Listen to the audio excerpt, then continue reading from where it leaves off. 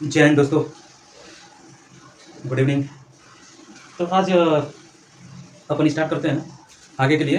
तो पिछले क्लास में मैं आपका रिवीजन करा रहा था। रिवीजन मतलब जो पहले लेक्चर में पढ़ा था, दूसरे में पढ़ा था, तो थोड़ा सा रिवीजन हम लोग ले रहे थे, लेकिन वो थोड़ा टेक्निकल प्रॉब्लम की वजह से आपका क्या हुआ, बीच में ही डिस्टर्ब हो गया। तो मैं थोड़ा सा ही आपको बता पाया था, 4 पॉइंट बताया था आपको, और चौथे पॉइंट के बाद हम लोग आज 5वां पॉइंट है, उसमें थोड़ा कर लेते हैं रिवाइज, उसके बाद आगे बढ़ जाएंगे। ठीक है। तो हम लोग सेल थ्योरी में अभी तक मैंने आपको बताया कि आप सबसे पहले डेड सेल की डिस्कवरी की। डेड सेल में रॉबर्ट हुक ने अपना कंट्रीब्यूशन दिया। ठीक है। उसके बाद, और ये आपका जो हुआ था ना, डेड सेल की डिस्कवरी कब हुई? 1665 में। फिर इसके बाद दूसरे साइंटिस्ट मैंने बताया था आपको कि आपके आते हैं एवी लीवेनहॉक, जो कि लिविंग सेल की डिस्कवरी करते हैं, और ये आपका रहता है 1674 से 76 में। और एवी लीवेनहॉक जो आते हैं वो लिविंग सेल की डिस्कवरी करते हैं, और 1665 में आपका डेड सेल की डिस्कवरी होता है। तो ये डेड सेल, लिविंग सेल। उसके बाद वाले साइंटिस्ट जो आते हैं वो आपको बताते हैं टिश्यू के बारे में। ठीक है। डिट्रोचैक आपके आते हैं, वो टिश्यू के बारे में बताते हैं। उसके बाद अब नेक्स्ट साइंटिस्ट जो आते हैं आपको, वो बताते हैं कि ये सारे लिविंग सेल, डेड सेल। ठीक है। और लिविंग डेड के बाद जैसे जैसे हम आगे बढ़ते जाते हैं तो टिश्यू की डिस्कवरी हो जाती है। ठीक है। और ये आपका 1824 में आपका बताया गया था डिट्रोचैक ने कि 1824 में बताया था कि बहुत सारे सेल्स आपस में मिल करके टिश्यू बनाते हैं। ठीक है। उत्तक बनाते हैं, और ये उत्तक और ये सेल, ठीक, फिर आगे चल करके धीरे धीरे कंटिन्यू करके नेक्स्ट साइंटिस्ट आते हैं और आगे जो बताते हैं वही मैं आपको बताने वाला हूं। यहाँ से 1838 1839 में फिर से एक नए साइंटिस्ट आते हैं और वो अपना कुछ थियरी देते हैं। ठीक। तो यहाँ से आप लोग कंटिन्यू करने वाले हैं। तो हमने डेड सेल की बात कर ली, हमने लिविंग सेल की बात कर ली, हमने टिश्यू की बात कर ली, उत्तक की बात कर ली, ठीक, कोशिकाओं की बात कर ली। तो इस प्राणी जगत में, ठीक है, जीवित जगत में हम लोग जितना ये डिस्कवरी हुई सेल की, कोशिका की, डेड की और लिविंग की, ये टिश्यू की, इसके बाद एक साइंटिस्ट आते हैं 1838 1839 में, ठीक, जिनका नाम है सेलेडन एंड स्वॉन। ये दो साइंटिस्ट हैं, एक सेलेडन है और एक स्वॉन। ये दोनों साइंटिस्ट ने मिलकर के एक थियरी बताया, ठीक है, एक सिद्धांत दिया जिसको हम लोग बोलते हैं सेल थियरी। और इस सेल, जैसे सेल थियरी पहले वाला भी सेल थियरी था, लेकिन ये सेल थियरी सबसे ज्यादा वैलिड माना जाता है। यहाँ से क्वेश्चन पूछता है डायरेक्ट कि सेल थियरी किसने दिया था, तो आपको इन्हीं का नाम बताना है, सेलेडन एंड स्वॉन का। तो सेलेडन एंड स्वॉन का पहला स्टेटमेंट, 2 स्टेटमेंट इन्होंने दिया था। ठीक, हम दोनों स्टेटमेंट की बात करेंगे। तो 2 स्टेटमेंट में था, मैंने पहला स्टेटमेंट इनका था कि जितने भी कोशिका हैं, जितने भी एनिमल हैं, ऑल द लिविंग ऑर्गेनिजम्स, जितने भी लिविंग ऑर्गेनिजम्स हैं, जीवित प्राणी हैं, या वो प्लांट हो सकते हैं या फिर आपका एनिमल हो सकते हैं, ठीक है, जानवर हो सकते हैं, हम लोग हो सकते हैं, पौधा हो सकता है, ठीक, पेड़ हो सकते हैं, तो कोई भी हो सकता है जो जीवित प्राणी होता है। तो जितने भी जीव हैं, जीवित जगत है, तो लिविंग ऑर्गेनिजम्स हैं, वो किससे मिलकर बनेंगे? या तो सेल से मिलकर बनेंगे या सेल के प्रोडक्ट से मिलकर बनेंगे। पहले हमने बताया कि सेल है, उसके बाद हम बता रहे हैं कि ये सेल से बहुत सारी चीजें मिलकर बनी होती है, और सेल से जो स्ट्रक्चर बनता है उस स्ट्रक्चर को ही हम लोग क्या बोलते हैं, आगे हम लोग डिफरेंट डिफरेंट टाइप के स्ट्रक्चर, जैसे टिश्यू, ऑर्गन सिस्टम, फिर बॉडी, इस तरीके से एक क्रम बन जाता है। ठीक, तो उसको हम लोग क्या बोलेंगे? सेलेडन एंड स्वॉन का पहला स्टेटमेंट में यही बोला था कि जितने भी लिविंग ऑर्गेनिजम्स हैं, वो लिविंग ऑर्गेनिज्म किससे मिलकर बने हुए हैं? वो लिविंग ऑर्गेनिजम्स या तो सेल से मिलकर बने हुए हैं या सेल के प्रोडक्ट से मिलकर बने हुए हैं, कोशिका के उत्पाद से मिलकर बने हुए हैं। और कोशिका का जो उत्पाद होता है वो क्या है? देखिए, पहले हमने बोला कि सेल, इस सेल को जब ये डिवाइड होता है, सेल में आपस में डिवीजन, एक आप सेल आप डिवाइड हो जाता है, एक सेल 2 सेल में टूट जाता है। तो सेल का जब डिवीजन हो जाता है तो ऐसे करके एक सेल से 2, 2 से 4, 4 से 8, 8 से 16, ऐसे डिवीजन होता चला जाता है, और बहुत सारे सेल डिवाइड करके जो स्ट्रक्चर बनाते हैं उसको बोलते हैं हम लोग टिश्यू या फिर उत्तक। ये उत्तक बन जाता है। ठीक, ये सभी लिविंग में होता है, जितने भी जीवित प्राणी हैं, जितने भी लिविंग वर्ल्ड है, प्लांट है, एनिमल है, सब में ये चीज होता है। कोशिका का डिवीजन करके टिश्यू बन जाता है, और टिश्यू से क्या बन जाता है? टिश्यू सिस्टम, उत्तक तंत्र। जैसे आपने देखा होगा कि हम लोग जब घर बनाते हैं तो ईंट जोड़ जोड़ के दीवार बनाते हैं, ये पता है ना आपको? ईंट जोड़ जोड़ के क्या दीवार बनाते हैं, और दीवार से जब चारों दीवार खड़े हो जाते हैं, ऊपर से छत लगा देते हैं, तो क्या बन जाता है? रूम। और ऐसे 2-4 रूम बन जाए, किचन बन जाए, लेटरिन बन जाए, बाथरूम बन जाए, और बहुत 2-4-5 रूम बन जाए, तो ये पूरा पूरा क्या बन जाता है? एक घर बन जाता है। ठीक, रहने लायक घर हो जाता है। तो उसी तरीके से ये सेल होता है। सेल से क्या बनता है? टिश्यू या उत्तक। उत्तक से क्या बनता है? उत्तक तंत्र या फिर टिश्यू सिस्टम। उससे बनता है ऑर्गन। देखिए, ऑर्गन होता है ना, ये बहुत सारे टिश्यूज जो होते हैं मिल करके, ये सिमिलर टाइप के सेल से मिलकर के टिश्यू बनता है, बहुत सारे टिश्यू मिला करके ऑर्गन बन जाता है, और ऑर्गन्स जब मिल जाते हैं तो बनता है ऑर्गन सिस्टम। जैसे देखिए, ऑर्गन सिस्टम हमारा रेस्पिरेटरी सिस्टम, श्वसन तंत्र, हमारा डाइजेशन सिस्टम, पाचन तंत्र, ठीक है, हमारा सर्कुलेशन सिस्टम।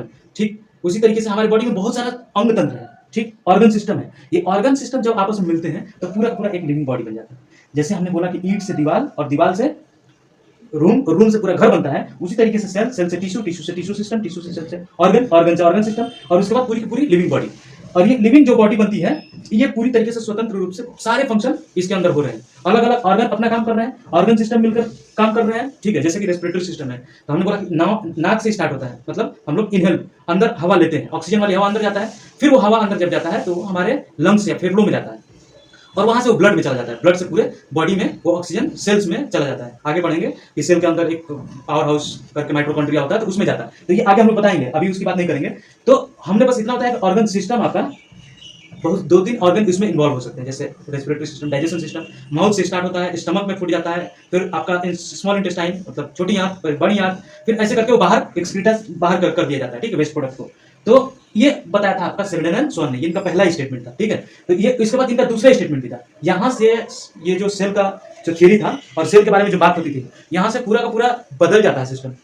पहले जो सिर्फ सेल के बारे में लोगों को पता था, लेकिन यहाँ से हम लोग को ये भी पता चल गया कि सेल कैसे ऑर्गेनाइज होता है, कैसे एक दूसरे से जुड़ जाता है, जुड़ के कैसे टिश्यू बनाता है, टिश्यू से ऑर्गन बनता है, सिस्टम बनता है, और पूरी बॉडी कैसे बनी होती है। इतना बात आपको समझ में आ गया हो तो फिर आगे बढ़ते हैं, ठीक है। ये देख लीजिए और ये नोट कर लीजिए। पहला स्टेटमेंट देखिए, पहला स्टेटमेंट आपको पता चल गया कि सेल्डन एंड स्वान ने क्या बताया कि बहुत सारी सेल्स और बहुत सारी सेल्स आपस में मिलकर के टिश्यू बनाती हैं, टिश्यू से टिश्यू सिस्टम बनता है, ऑर्गन बनता है, ऑर्गन सिस्टम बनता है, और पूरी बॉडी बन जाती है। ये आपका सेल्डन एंड स्वान का पहला स्टेटमेंट। और दूसरा स्टेटमेंट देखिए, सेल्डन एंड स्वान ने क्या बोला आपका कि जितने भी लिविंग ऑर्गेनिजम्स हैं, या तो वो एक सेल से मिलकर बनी होगी या बहुत सारी सेल से मिलकर के बनी होगी।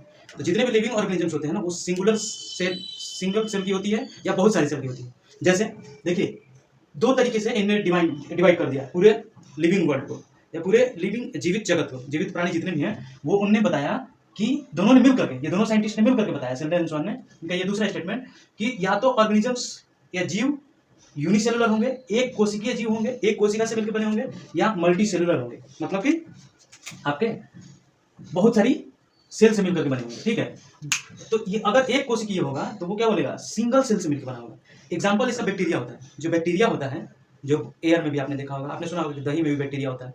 तो जो बैक्टीरिया होता है वो सिंगल सेल से मिलकर बना होता है, एक ही सेल से बना होता है। एक ही सेल में उसका डाइजेशन भी होता है, उसका रेस्पिरेशन भी होता है, पाचन भी हो जाता है, सांस भी उसी से लेता है, खाना भी उसी से खाता है, सारा फंक्शन एक ही सेल से करता है, और जो वेस्ट प्रोडक्ट है उसी सेल से बाहर निकाल देता है, मतलब सारा फंक्शन। और अपनी देखो, जैसे हमारी बॉडी है, तो हमारी बॉडी में अलग अलग रेस्पिरेशन के लिए अलग, सांस लेने के लिए अलग, ठीक है, खाने के लिए डाइजेशन सिस्टम, आपका न्यूट्रिशन, मतलब सब कुछ अलग अलग सिस्टम है, ठीक। सर्कुलेशन सिस्टम है, ब्रेन का सिस्टम है, इंटेलिजेंस का जो बुद्धि की बात होती है तो ब्रेन की बात आती है। तो अलग अलग हमारे अंग हैं, ऑर्गन है, ठीक। लेकिन ये बताया कि सिंगुलर यूनिसेलुलर ऑर्गेनिज्म भी होते हैं जो कि एक ही सेल से बने होते हैं, सिंगल कोशिका, एक कोशिका से मिलकर बने होते हैं। और कुछ ऐसे होते हैं मल्टी सेलुलर ऑर्गेनिजम्स, जो नंबर ऑफ सेल्स और मेनी टाइप्स ऑफ सेल्स से बने होते हैं, मतलब बहुत सारी सेल्स और बहुत प्रकार की सेल्स बनी होती है। जैसे मान लो कि हमारी आंख है, ठीक, हमारा आंख एक ऑर्गन है, और ये ऑर्गन के अंदर ये सेल से मिलकर बना हुआ है। हम लिविंग है, हम जीवित हैं, तो हम जीवित हैं, तो हमारी बॉडी के हर ऑर्गन, हर अंग किससे मिलकर बना हुआ है, हर ऑर्गन लिविंग का सेल से मिलकर बना हुआ है। तो हमारी आंख सेल से मिलकर बनी होगी, हमारी नाक भी जो है वो भी सेल से मिलकर बना हुआ है, आंख कान भी सेल से मिलकर बना हुआ है, दिमाग है वो भी किससे मिलकर बना हुआ है, सेल से मिलकर बना हुआ है। तो जो ये अलग अलग ऑर्गन है तो अलग अलग सेल से मिलकर बने होते हैं, ठीक है, उनका अलग अलग फंक्शन होता है। इसलिए बोला कि बहुत सारी सेल्स और बहुत प्रकार की सेल से बनी होती है। आंख की जो सेल है तो इसका काम होता है देखने का, तो आपको दिखाएगा, कोई भी चीज देखने में हेल्प करेगा, ठीक है। ब्रेन का जो काम होता है सोचने का, समझने का, ठीक, आपका लॉजिक लगाने का, मैथ सॉल्व करने का, रीजनिंग करने का। तो दिमाग का काम इंटेलिजेंस का है, ठीक है। वो सारे दिमाग जो होता है ना, पूरे बॉडी को कंट्रोल करता है, सारे फंक्शन को कंट्रोल करता है। तो सारे बॉडी के अंदर जितना भी काम होता रहता है, शरीर में जितना भी काम हो रहा है, सबको कंट्रोल करता है। तो उसके सेल अलग होंगे बाकी दूसरे नाक की सेल से या कान की सेल से या आंख की सेल से, बिल्कुल उसी तरीके से हमने बोला कि बहुत सारी और बहुत प्रकार की सेल से मिलकर बना होता है। इसका एग्जाम्पल है प्लांट्स। प्लांट बोले तो पादप। पादप क्या होता है, पादप ऐसा होता है, ऐसा लिविंग ऑर्गेनिज्म होता है, ऐसा जीव होता है जो कि एक जगह से दूसरे जगह जाता नहीं है। उस जगह पे क्या करता है, हिलेगा, ऐसे हिलेगा, डुलेगा, झूमेगा, ठीक, झूम सकता है, ठीक, हिल सकता है, लेकिन कभी चल नहीं सकता। आपने देखा है किसी पौधे को चलते हुए? तो प्लांट का ये कैरेक्टर होता है, ठीक। पादप उसी को बोलते हैं, प्लांट उसी को जो एक जगह जन्म से लेकर मृत्यु तक एक जगह खड़ा रहेगा, बेचारा मिट्टी में लगा दो और ऐसे पड़ा रहता है। ये बात अलग है कि गमले में तुमने लगाया, गमले को एक जगह से दूसरे जगह शिफ्ट कर दिए, तो वो खुद चल के नहीं गया ना, तुम उसको लेके गए, तो उसमें लोको मोशन नहीं होता है। मतलब मोशन, वो मूवमेंट एक जगह से दूसरी जगह हिल डुल कर सकता है, जगह पे, अपनी जगह पे ऐसे ऐसे हिल सकता है, झूम सकता है, जैसे तुम झूमते हो, ठीक, लेकिन वो दूसरी जगह नहीं जा सकता जैसे तुम जाते हो। तो हम लोग जैसे ह्यूमन बॉडी मोशन कर सकता है, प्लांट मोशन, तो पादप उसको बोलते हैं जो चल नहीं सकता, ठीक। एल्गी से बाद ये भी क्या है आपका मल्टी सेलुलर ऑर्गेनिज्म से, फंगी ये भी मल्टी सेलुलर ऑर्गेनिज्म से, ह्यूमन ये भी मल्टी सेलुलर ऑर्गेनिज्म से, और आपका एक एनिमल भी आ जाएगा। एनिमल मतलब हम लोग भी उसी में आते हैं, एनिमल, एनिमल्स या जंतु बोल दीजिए, जंतु ये भी क्या है, ये आपके मल्टी सेलुलर ऑर्गेनिज्म में हम लोग एनिमल में ही आते हैं ना। बहुत सारा आपने गाय घोड़ा बकरी, ठीक है, ऊंट, ये सब के सब क्या है, एनिमल्स हैं। तो ये इसमें क्या हो सकता है आपका बहुत सारे सेल्स और बहुत प्रकार की सेल्स से मिलकर बने। ये सेल डायनासोर का दूसरा स्टेटमेंट। तो पहला स्टेटमेंट याद कर लेना बेटा, एग्जाम में आएगा, ठीक ठीक है। हाँ, अब देखो, अब आप पूछोगे कि सर ये वाला जो चीज था, ये पहला स्टेटमेंट था उनका और दूसरा स्टेटमेंट, ये दोनों इंपॉर्टेंट, दोनों इंपॉर्टेंट है। वहां से भी क्वेश्चन पूछेंगे, यहाँ से भी क्वेश्चन आपको पूछ लिया जाएगा। जितने अभी बिहार पीसीएस में क्वेश्चंस आया था इसका, और अभी टीचर का जो वैकेंसी आया है बिहार में पीसीएस से, उसमें भी बहुत सारे क्वेश्चंस आपके साइंस से पूछे जाएंगे और यहाँ से भी क्वेश्चंस आएंगे, ठीक। सेल से, सेल बहुत बड़ा चैप्टर, वास्ट है, इसलिए धीरे धीरे हम इसको करके आगे कवर करते जाएंगे। इसको नोट कर लीजिए, फिर आगे बढ़ते हैं। हाँ, तो लिख लिया आपने, ठीक। तो ये आपका 1855 में, अब देखिए जैसे आपका सेल डायनासोर का स्टेटमेंट आपका खत्म हुआ, उसके बाद दोनों स्टेटमेंट के बाद एक नए साइंटिस्ट आते हैं 1855 में। 1855 का टाइम आ चुका है, हमने 1665 से स्टार्ट किया था, 1665 से, ठीक, डेढ़ सेल से, और हम पहुंच चुके हैं 1855 में, 1855 में, ठीक। तो 1855 में, हाँ सर नहीं समझ में आ रहा है क्या, आ गया 1855 में पहुंच गए हम लोग। ये छल आया समझ में, नहीं क्या आया ना चिकन, समझ में आया क्या, नहीं समझ में आ रहा क्या, बाबू को नहीं समझ में आया है, समझोगे तभी ना समझ में आएगा। ये समझ लीजिए 1855 पे पहुंच चुके हैं हम लोग, 1665 से स्टार्ट किए थे चलना, और हम लोग पहुंचे हैं 1855 में, ठीक। 200 साल लगभग कंप्लीट हो चुका है। और अब एक नए साइंटिस्ट आते हैं 1855 में, आते हैं रुडोल्फ वर्च्यो। रुडोल्फ वर्च्यो ने कहा था, इनका एक स्टेटमेंट है, बड़ी फेमस स्टेटमेंट है, और इस स्टेटमेंट से, एक मिनट, इस स्टेटमेंट में रुडोल्फ वर्च्यो ने बताया था कि एक स्टेटमेंट दिया जिसको एग्जाम में डायरेक्ट पूछ लिया जाता है, वो स्टेटमेंट आपका लैटिन भाषा में, और बहुत फेमस स्टेटमेंट है ये, ओमिनिस सेलुलो ई सेलुला, ठीक है। इनका स्टेटमेंट है ओमिनिस सेलुलो ई सेलुला। ये ओमिनिस का मतलब होता है प्री एग्जिस्टिंग, जो पहले से है, ठीक है, जो पहले से है उसको बोलेंगे प्री एग्जिस्टिंग, पहले से जो है उसका मतलब क्या है, ओमिनिस का मतलब प्री एग्जिस्टिंग, जो पहले से है। सेलुलो का मतलब है सेल, सेल मतलब कोशिका, ई का मतलब होता है टू, हिंदी में बोलेंगे उसको से, और सेलुला का मतलब होता है सेल, सेल मतलब फिर से कोशिका। मतलब इनका स्टेटमेंट का मतलब ये था, ये कहना चाहते थे, ये लैटिन भाषा में जो इनका स्टेटमेंट है, ये जो स्टेटमेंट इनका है बेटा, ये लैटिन में, लैटिन लैंग्वेज में, ठीक। साइंटिस्ट तो इंडिया का है नहीं है, ये साइंटिस्ट इंडियन नहीं है, इसलिए ये बाहर के हैं, इसलिए यहाँ लैटिन भाषा में सब कुछ बात कर रहे हैं। तो लैटिन भाषा में इनने अपना स्टेटमेंट दिया। हमारे जो पहले के जो ऋषि मुनि लोग थे, उनने भी जो बात कही, जो बात लिखी, वो संस्कृत में लिखी, क्योंकि वो इंडियन थे। तो जो उनकी बातें थी वो संस्कृत में, और ये इनकी बातें थी, विदेशी लोग है ना, तो इनकी जो बातें थी वो लैटिन में चलती थी, ठीक। हमारे यहाँ जैसे संस्कृत, वैसे उनके यहाँ लैटिन, लैटिन भाषा। तो क्या बोला लैटिन भाषा में कि ओमिनिस सेल्लो ई सेल्ला, इसका मतलब ये था कि भैया जो मेरा सेल है, समझ आ रहा बेटा, ये जो मेरा सेल है वो पहले से किसी प्री एग्जिस्टिंग सेल से ही बना हुआ है। आ रहा है, जो हमारा सेल है, जो सेल है, ये कोशिका है, ये किससे बना हुआ है, ये पहले से प्री एग्जिस्टिंग कोशिका से। ये दोनों को आपस में मिला लीजिए, इन दोनों को आपस में क्लब कर लीजिए, ये वाला पार्ट प्री एग्जिस्टिंग और ये सेल वाला पार्ट, ठीक। तो ये दोनों को आपस में मिला करके पढ़ो, तो जो हमारा सेल है वो पहले से प्री एग्जिस्टिंग सेल से ही मिलके बना हुआ है। तो कहने का मतलब ये था इनका कि जो भी लिविंग ऑर्गेनिजम्स हैं, जो जीवित प्राणी हैं, हम लोग हैं, प्लांट है, वो सबके अंदर सेल का डिवीजन होता है, ठीक है बेटा। एक सेल से दूसरा सेल बनता है, तो जो दूसरा नया सेल बन के आ रहा है ना, जो दूसरी नई कोशिका बन के आ रही है ना, वो कोशिका पुरानी ही कोशिका से मिलकर बनी हुई है, समझे कि नहीं समझे। जो अपनी जो पुरानी जो नई वाली सेल है, वो पुरानी वाली ही सेल से मिलकर बन रही है। ये किसने बताया था, रुडोल्फ वर्च्यो ने बताया था। कब बताया था, 1855 में बताया था। ये पूरा याद कर लो, एग्जाम में डायरेक्ट क्वेश्चन पूछेगा, ये स्टेटमेंट दिया रहेगा, ये स्टेटमेंट किसका है, रुडोल्फ वर्च्यो का है। जो पुरानी सेल से ही मिलकर के नई सेल बनती है, या फिर जो नई सेल बनी है तुम्हारे बॉडी में, वो किसी पुरानी सेल से ही बनी है। वो क्या होता है कि पुरानी सेल टूट जाती है, टूट के दो भाग में डिवाइड हो जाती है, और जो पहला वाला सेल है वो कहीं गया नहीं, वो दो भाग में डिवाइड हो गया, मतलब वो उसी में है। जो दो सेल है, दोनों में आपस में क्या हो गया, एक सेल मिलकर एक सेल से डिवाइड होकर दो सेल बन गया, ठीक है। तो इसको बोलते हैं हम लोग रुडोल्फ वर्च्यो का स्टेटमेंट, ठीक। ओमिनिस सेल्लो ई सेलुला, डायरेक्ट एग्जाम में आएगा। देखिए यहाँ पे हमने लिखा है कि एक सेल से दो सेल बन जाते हैं। एक सेल जिसको हमने लिया था उसको बोलते हैं ओल्ड सेल, या इसको पेरेंट सेल भी बोलते हैं, या इसको हिंदी में मातृ पितृ कोशिका बोलते हैं। और जब ये दो सेल में डिवाइड हुआ तो इसको बोलते हैं न्यू सेल, या डॉटर सेल, या पुत्री कोशिका। इसको डॉटर सेल या पुत्री कोशिका भी बोलते हैं। ठीक, इसको आप एज इट इज ऐसे लिख लीजिए और याद कर लीजिए, एग्जाम में पूछा जाएगा। मैंने बोला बीपीएससी का भी एग्जाम टीचिंग का आज टीचर वाला आ चुका है, जितने बच्चे बीएड किए हुए हैं फॉर्म फिल कर रहे हैं, तो आप लोग याद रखिए कि ये बीपीएससी के एग्जाम में भी आपके बायो से क्वेश्चन पूछे जाएंगे, साइंस से क्वेश्चन पूछा जाता है, पूछा जाएगा। ठीक, तो उसके लिए भी आप ठीक तैयार रहिए, जो लोग फॉर्म भर रहे हैं उनके लिए। और फिर नया बीपीएससी का फॉर्म आने वाला है आपका पीसीएस वाला। ठीक, उसमें भी कुछ आर की वैकेंसी आएगी। लोग बोल रहे हैं कि ऐसा रेवेन्यू ऑफिसर की वैकेंसी मतलब ज़्यादा आ रही है, शायद इस बार कम आ रहा है, राजस्थान पीसीएस का आ रहा है। तो इस सब में क्वेश्चन पूछे जाएंगे, यहाँ से आप नोट कर लीजिए, इसको नोट कर लो, फिर आगे हम लोग डिस्कशन कर लेंगे। ठीक, आगे बढ़ जाते हैं। तो यहाँ से हमने आपको बता दिया कि लिविंग ऑर्गेनिजम्स, ठीक, जीवित जो जगत है, जीवित प्राणी है, वो कैसे कैसे मिलकर के बना। ठीक, सेल की बात कर लिया। ठीक, सेल की बात कर लिया, 16 से स्टार्ट किया था, नए 1665 से स्टार्ट किया और 1855 तक हम लोग आ चुके हैं। ठीक, लगभग 200 साल। और इसमें हमने ये देखा कि सेल है, dead cell, living cell, tissue, organ system, ठीक है, और पूरी बॉडी कैसे बनी हुई है। उसके बाद हमने सेल डिवीजन की भी थोड़ा बहुत बात की, मतलब जो नया सेल बनेगा पहले वाले पुराने सेल से ही बनेगा। 1855 में रुडोल्फ विर्चो ने आपको बताया। ठीक, इसके बाद हम लोग ये बात करने वाले हैं कि जो ऑर्गेनिजम्स हैं लिविंग, तो जो शेल्डन एंड स्वान से ही निकल के आ रहा है। ठीक है, एक स्कूल के स्टेटमेंट से निकल रहा है कि लिविंग ऑर्गेनिजम्स क्या हो। जैसे आपसे आप कोई पूछे इतना पढ़ने के बाद, तो आप क्या बताओगे? देखो, जैसे कोई पूछे आपसे कि लिविंग ऑर्गेनिज्म क्या होता है, तो इतना पढ़ने के बाद आप क्या बताओगे?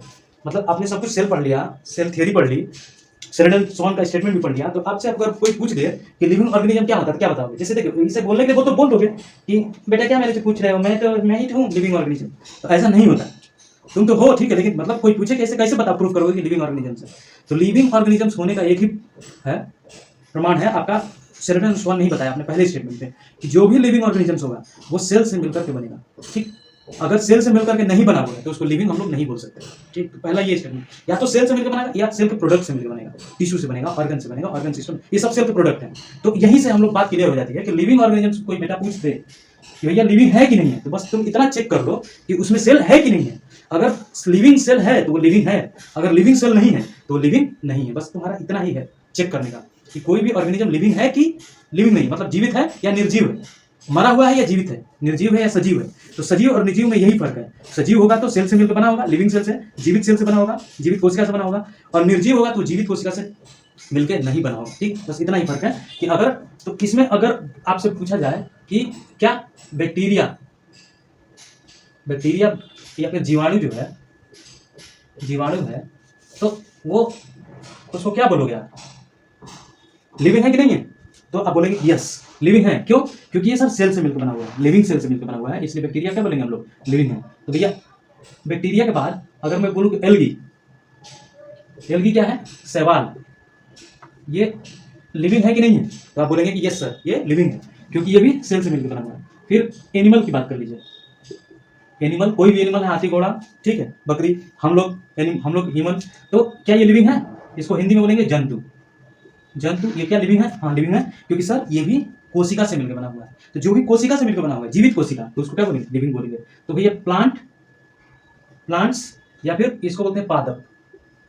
अभी बताया ना तुमको कि पादप क्या होते हैं? जो अपने ही जगह पे झूमते हैं, ऐसे ऐसे झूम रहे, जो झूम रहे हैं और दूसरी जगह पे जा नहीं सकते, लोकोमोशन नहीं हो सकता। मतलब यहाँ से उठ करके तुम यहाँ से उठ करके दूसरी जगह चले जाते हो, सुबह उठ करके चले जाते हो ना फील्ड में दौड़ने के लिए, जॉगिंग करने के लिए, ठीक, तो तुम दौड़ने चले जाते हो, लेकिन बाबू ये जाएगा क्या? प्लांट ये अपने जगह पे झूमेगा केवल। तो झूमने वाला जो होता है ना, वो एक जगह दूसरी जगह, इसी को इसलिए हम लोग पादप बोलते हैं, प्लांट्स। तो ये क्या लिविंग है? हाँ भी, ये भी लिविंग है। और हम लोग ह्यूमन मतलब मनुष्य क्या है? मनुष्य भी लिविंग है। हाँ ये भी लिविंग है। तो ये सब के सब लिविंग है। तो सर ये बताइए कि मेरे को वायरस क्या है? अगर मैंने तुमसे ये बोला अभी कि शेल्डन एंड स्वान के स्टेटमेंट के अनुसार, देखो मैं साइंटिस्ट नहीं हूँ, ठीक, शेल्डन स्वान साइंटिस्ट हैं, उन्होंने ये बताया कि लिविंग ऑर्गेनिज्म की एक ही डिफिनेशन है बेटा, कि अगर उसमें लिविंग कोशिका है, जीवित कोशिका है, तभी वो क्या बोलेंगे उसको? वो लिविंग ऑर्गेनिज्म है या फिर जीवित प्राणी है। लिविंग ऑर्गेनिज्म है मतलब कि जीवित प्राणी है या जंतु है, ठीक है। तो लिविंग ऑर्गेनिजम्स का यही होता है कि उसमें क्या होना चाहिए? एक सेल होना चाहिए, और वो भी जीवित। तो वायरस क्या है? क्या वायरस में सेल्स है या सेल से मिलकर बना हुआ है? आप जल्दी से बताइए कि वायरस क्या है। जल्दी सोचो, दिमाग लगाओ, ठीक है। भगवान ने तुमको बुद्धि दिया हुआ है, दिमाग दिया हुआ है, नेचर ने तुमको पैदा किया हुआ है, और बुद्धि तुम्हारे पास है, तो लगाइए और सोचिए और बताइए कि वायरस क्या है। बेटा वायरस लिविंग ऑर्गेनिजम्स तभी होगा जब ये सेल से मिलकर बना होगा। तो क्या ये सेल के डिफिनेशन में आता है, इसमें लिविंग सेल होता है? तो आज के बाद जितने लोग हाँ बोल रहे हैं वो अपने सर पे ऐसे थोड़ा पीछे से मारो, ठीक। और जितने लोग हाँ, जितने लोग इसको लिविंग बोल रहे हैं ऐसे पीछे से मार लो थोड़ा सा, ठीक है, पनिशमेंट हो गया तुम्हारे लिए। और जितने लोग इसको नॉन लिविंग बोल रहे हैं वो बिल्कुल मतलब वो भी बिल्कुल सही नहीं है, ठीक। तो क्या वायरस, वायरस देखो बेटा, सेल जो थियरी है ना शेरडन की, सेल थियरी को फॉलो नहीं करता है। वायरस जो है सेल थियरी को फॉलो नहीं करता है और ये एक्सेप्शन होता है। वायरस क्या होता है? एक्सेप्शन होता है ऑफ सेल थियरी। जो वायरस होता है बेटा एक्सेप्शन होता है सेल थियरी का। ये सेल थियरी को फॉलो नहीं करता है। एक्सेप्शन का मतलब होता है अपवाद। ये सेल थियरी का अपवाद है, ठीक है। ये सेल थियरी को फॉलो नहीं करता। सेल थियरी या कोशिका सिद्धांत जो है वो कोशिका सिद्धांत वायरस पे लागू नहीं होता, वायरस पे लागू बिल्कुल नहीं होता। तो क्या होता है सर? तो जैसे आपने बताया ना कि sir bacteria, algae, fungi, animals सब ये लिविंग है, लेकिन आप बोल रहे हैं कि वायरस नहीं है, वायरस लिविंग नहीं है। तो वायरस क्या है सर? ये एक एक्सेप्शन है, ये सेल थियरी का एक्सेप्शन है। तो क्या है, कैसे आप इसको बताएंगे? तो देखो भैया, जो लिविंग होते हैं, जो लिविंग होते हैं और नॉन लिविंग होते हैं। लिविंग को जीवित या सजीव बोल दीजिए, सजीव बोलिए, और नॉन लिविंग को निर्जीव।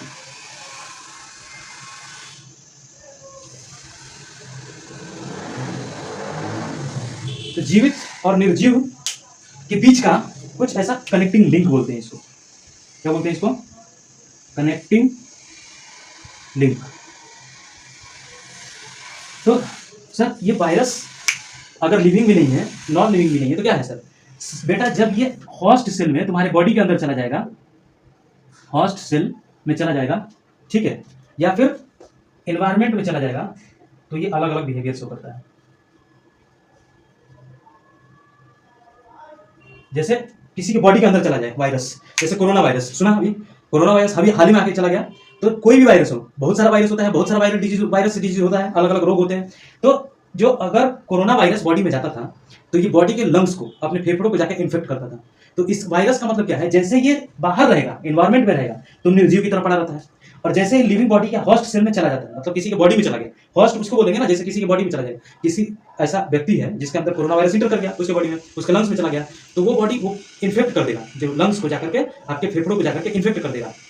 तो जो जब वो इन्फेक्ट कर देगा, फेफड़ों को इन्फेक्ट कर देता है, तो उसको बोलेंगे अपन होस्ट। जिसके अंदर इंटर करता है वायरस उसको बोलते हैं होस्ट, ठीक है। तो होस्ट सेल के अंदर जैसे ही जाता है तो उसके अंदर अपनी कॉपी तैयार करने लगता है। वो 1 से 2, 2 से 4, 10, 10 से 1000, लाख, बहुत सारी अपनी कॉपी तेजी से तैयार कर लेता है वायरस। तो उस समय वो लिविंग कैरेक्टर लाता है अपने अंदर, वो लिविंग की तरीके से बिहेव करने लगता है। और जैसे इन्वायरमेंट में पड़ा होता है, जैसे वातावरण में पड़ा होता है, बाहर हवा में पड़ा हुआ है, ठीक है, पानी में है, ऐसे कहीं भी है, तो वो नॉन लिविंग की तरीके से बिहेव करता है, मतलब नॉन लिविंग कैरेक्टर को शो करता है। तो जब वो नॉन लिविंग की तरह कैरेक्टर को शो करेगा तो उसको हम लोग निर्जीव बोलते हैं। जब वो लिविंग की तरीके से अपना कैरेक्टर शो करता है होस्ट सेल में जाने के बाद, तो उसको हम लोग सजीव बोलते हैं। और इन दोनों के बीच के कनेक्टिंग लिंक होता है ये, मतलब ना तो ये लिविंग है ना तो ये नॉन लिविंग है। जैसा इन्वायरमेंट में रहेगा तो अलग बिहेवियर, होस्ट सेल में जाएगा तो वो लिविंग की तरीके से बिहेव करते हैं। जिससे बोलते हैं कि ये वायरस लिविंग और नॉन लिविंग के बीच में एक कनेक्टिंग लिंक का काम करता है। और इसमें बेटा सेल थ्योरी काम नहीं करती। जो शेरडन एंड सॉन की सेल थ्योरी थी कि सेल से ही मिलकर लिविंग ऑर्गेनिज्म बना होता है, ये इस पे काम नहीं करती। बात समझ में आ रहा है आपको? तो यहाँ तक आप समझ में अगर आ गया है, वायरस हमने एक्सप्लेन कर दिया कि वायरस क्या है। आज के बाद ये मत बोलना कि वायरस एक लिविंग है या फिर नॉन लिविंग सेल है, ना बेटा, ये लिविंग और नॉन लिविंग के बीच में कनेक्टिंग लिंक है, ठीक है। ये हमको यहाँ से पता चलता है, ठीक है। तो आप यहाँ से ये वाला बात भी लिख लीजिए, उसके बाद हम आगे बढ़ जाएंगे।